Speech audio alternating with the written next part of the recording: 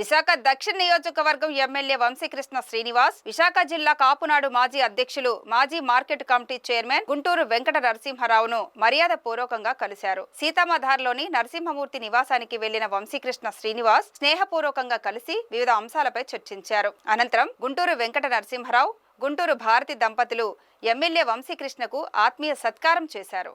ఈ సందర్భంగా వంశీ మీడియాతో మాట్లాడుతూ ఇది స్నేహపూర్వక కలయిక మాత్రమేనని స్పష్టం చేశారు.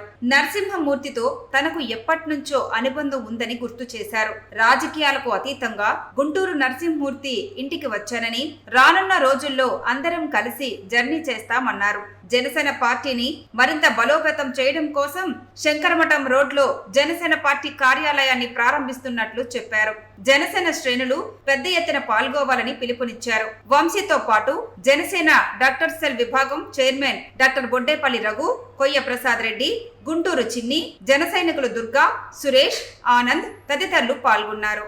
ఈరోజు మా అన్న ఎప్పటి నుంచో మాకున్న అనుబంధంతో గుంటూరు నరసింహమూర్తి గారి ఇంటికి రావడం జరిగింది. మాకున్న బంధం ఎన్నో రోజులు కాబట్టి ఒకసారి వచ్చి కలవడానికి వచ్చింది తప్ప ప్రత్యేకమైనది ఏం లేదు.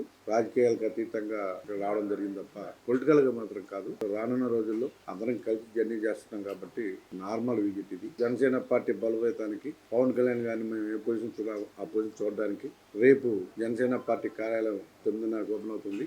11 గంటలకు ప్రెస్ మీట్ కూడా ఉంది. ప్రతి ఒక్కరు రావాలని కోరుకుంటున్నా.